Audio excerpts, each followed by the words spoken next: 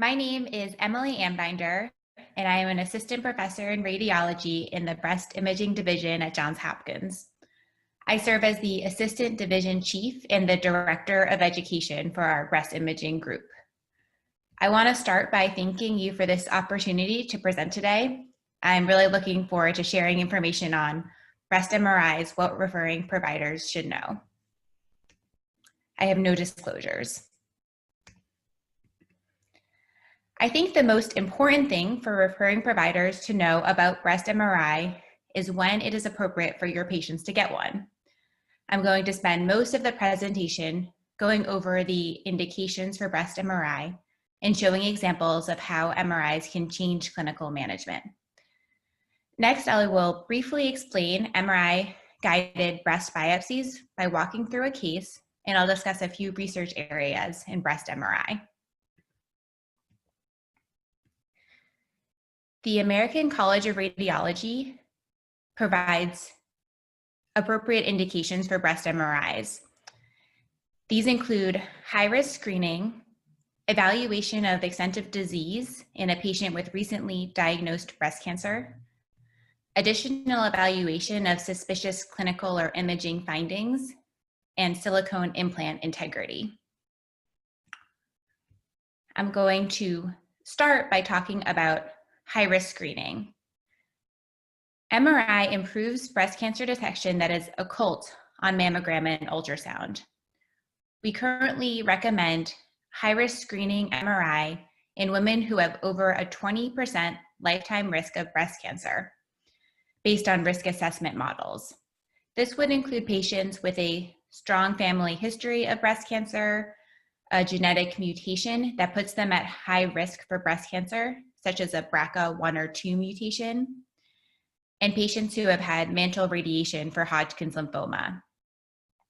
Our goal with high-risk screening MRI is the same as our goal of screening mammography, which is to detect breast cancer as early as possible when we know it's treatable.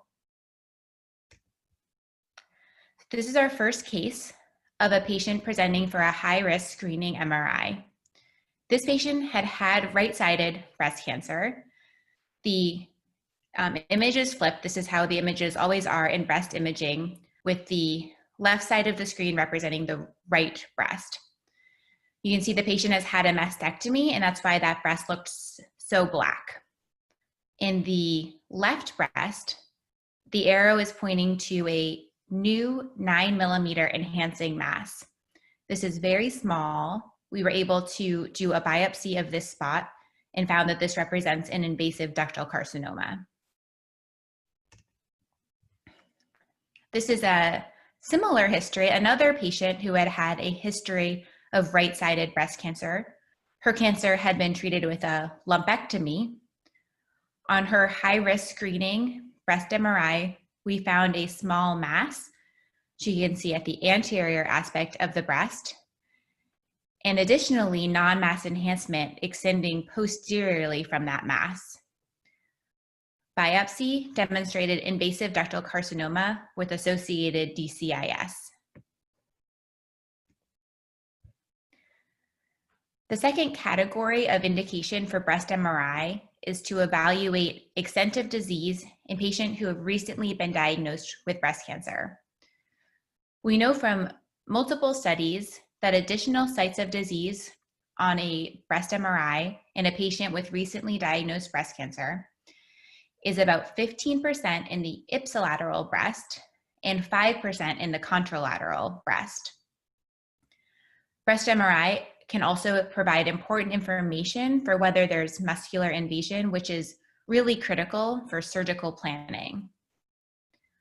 We also do breast MRI in patients who have had a lumpectomy with positive margins to help the surgeon determine where the residual cancer might be and help to guide their surgery. Finally, in patients who receive neoadjuvant chemotherapy, we'll do a breast MRI to evaluate treatment response. This is a patient with a recently diagnosed right-sided breast cancer. You can appreciate the large mass in the center of the right breast.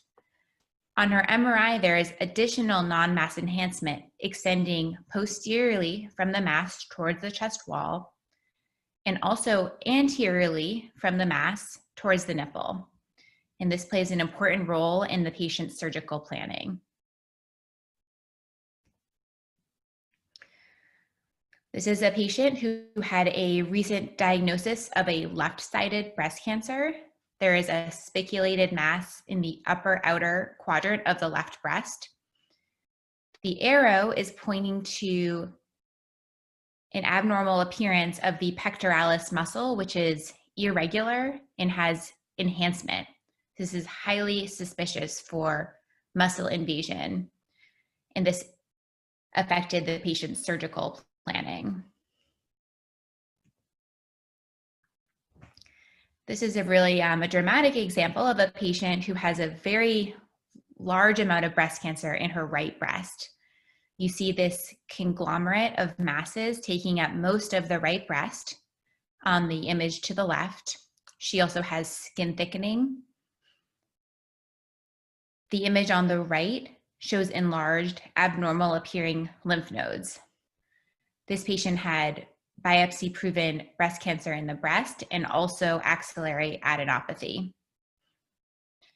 This was a triple negative breast cancer, and the patient went on to receive neoadjuvant chemotherapy. This is really a dramatic response to that neoadjuvant chemotherapy. These two images are taken at the same slices as I showed on the prior slide. You can see almost complete resolution of enhancement in the right breast, where we saw that large conglomerate of enhancing masses on the prior image. In the image to the right, centered at the right axilla, those enlarged lymph nodes that we saw on the prior study are no longer seen. There are a couple very small, normal-looking lymph nodes, and this just really highlights how well some patients do with neoadjuvant chemotherapy. And we are able to provide that information to the medical oncologists and surgeons.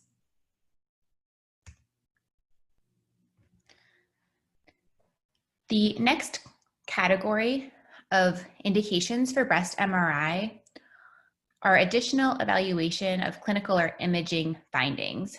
This is an uncommon reason for MRI, but something that we do see. We would always start with a mammogram and ultrasound in these cases. There are some specific situations when there's a really high concern for a cancer and the mammogram and ultrasound are negative when we would recommend an MRI. These include a suspected recurrence, metastatic disease with a suspected breast origin, and suspicious nipple discharge. This is an MRI from a patient who had a suspicious right nipple discharge and a negative mammogram and ultrasound. On her MRI, we saw a very small mass in the slightly medial right breast at the anterior depth. We also saw extensive linear non-mass enhancement extending all the way from the nipple back to the chest wall. This patient had a 2-site MRI guided biopsy with biopsy of the mass in the anterior breast, as well as the most posterior aspect of the non-mass enhancement in order to define the full extent of her disease. The anterior mass demonstrated invasive mammary carcinoma, and the posterior non-mass enhancement demonstrated DCIS. This patient proceeded to have a mastectomy due to the large area of disease found in her breast. This is a patient who had had a history of a right-sided breast cancer with a deep flap reconstruction. She had a suspected recurrence, and unfortunately on her MRI, we saw these 2 new enhancing masses in the reconstructed right breast. These were subsequently biopsied and did demonstrate invasive ductal carcinoma which had been the same as her primary diagnosis.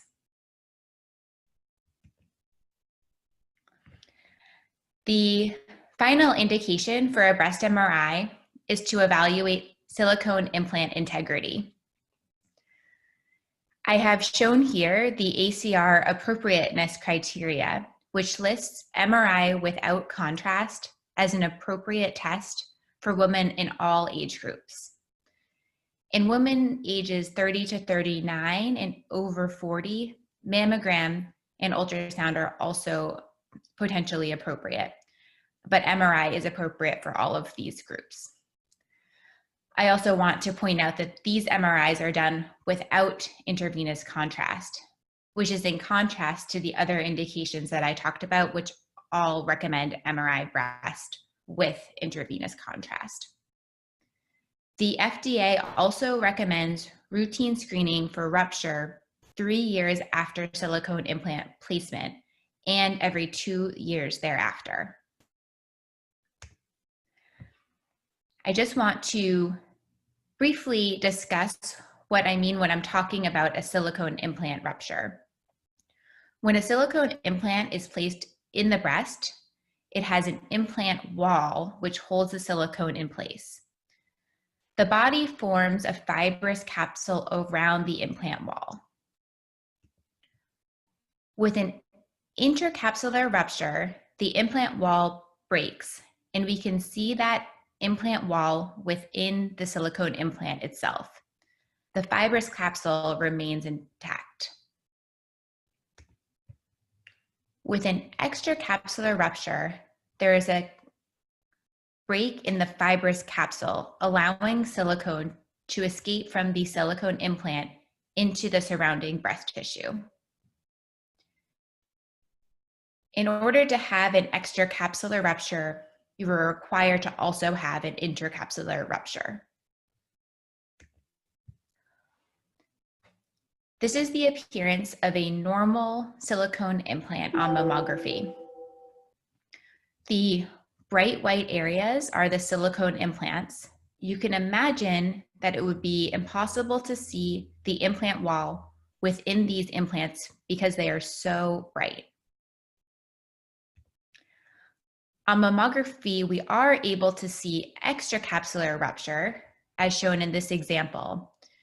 You can see this bright white silicone extending outside of the implant capsule.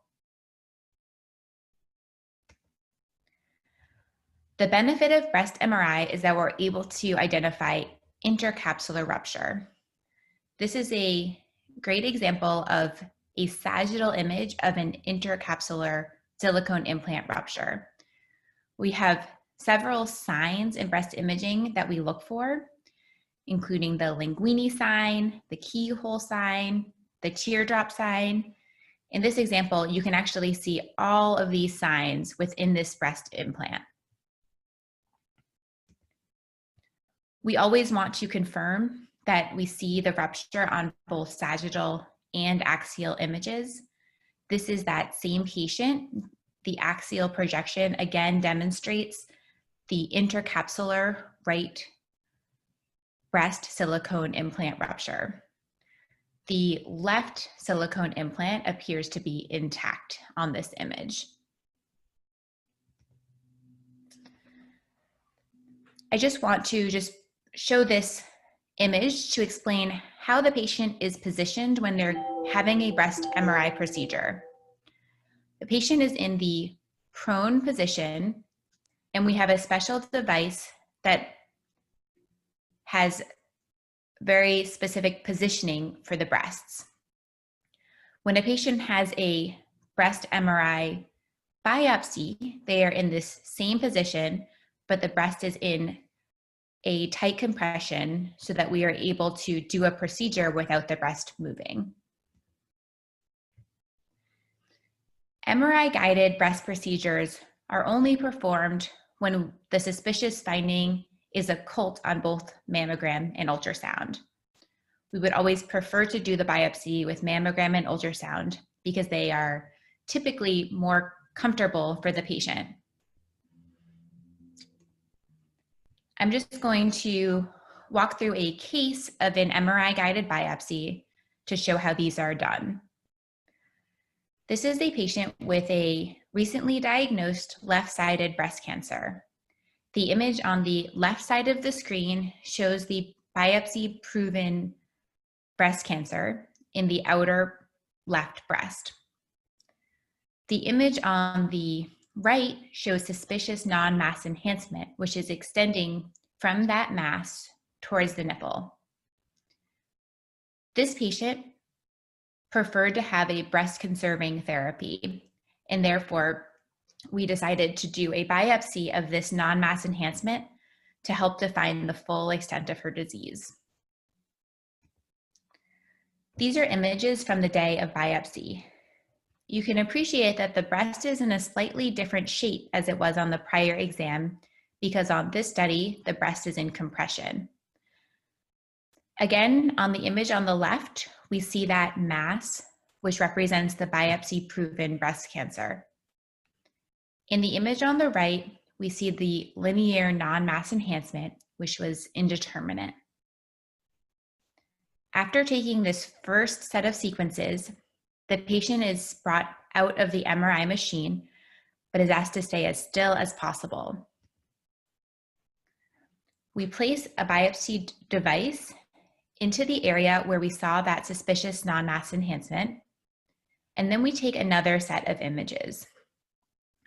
As you can see in the image to the left, the non-mass enhancement is much more difficult to see. That's because it's been several minutes since that prior study, and the contrast has now washed out of that suspicious area and is seen throughout the breast tissue. We use landmarks and targeting to make sure that we're in the right position.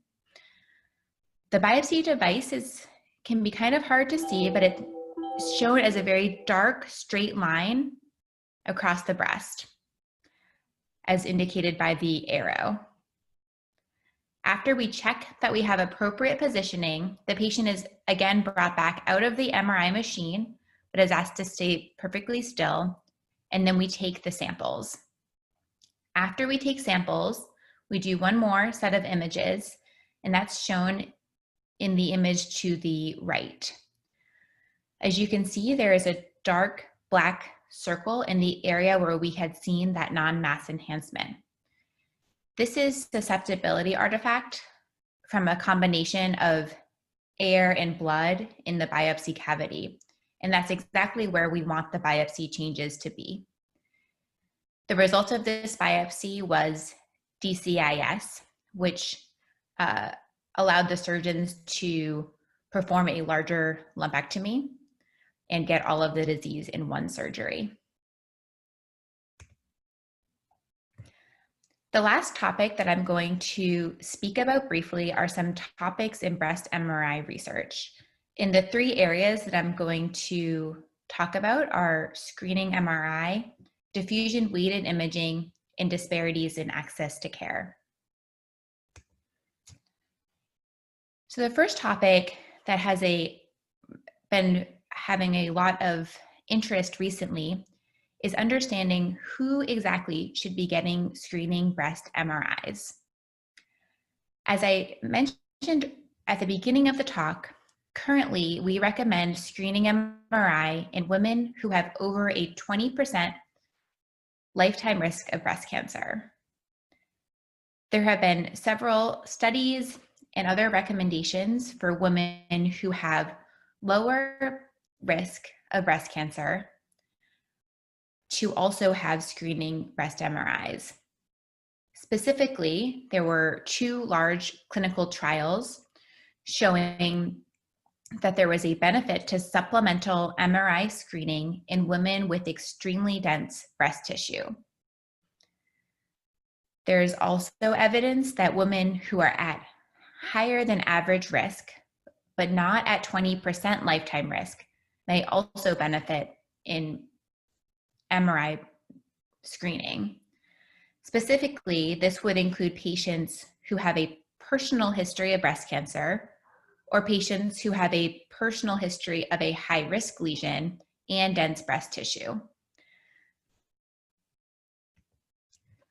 One of the concerns with annual high-risk screening MRI is that we always use intravenous contrast for these studies. These are gadolinium-based contrast agents, and there is not a lot of data on the long-term effect of regular use of gadolinium. This is something that we should especially think about in our patient population who may be getting a screening breast MRI for 50 years. There's a lot of research in this topic of diffusion-weighted MRI, which would allow breast cancer screening without intravenous contrast. This has a lot of promise, but it has not reached clinical, it has not been recommended to be used clinically yet. Finally, our group has a lot of interest in disparities in access to care, and we've done a lot of work looking at disparities in access to breast cancer screening, making sure the wording of our reports that go to the patients are at a level that everybody can understand. We also recognize that there are disparities in access to advanced breast imaging technologies such as breast MRI. And this is something that we are always thinking about and trying to improve. These are my references. And I'd like to thank everyone for their attention and for giving me the chance to talk today. Thank you.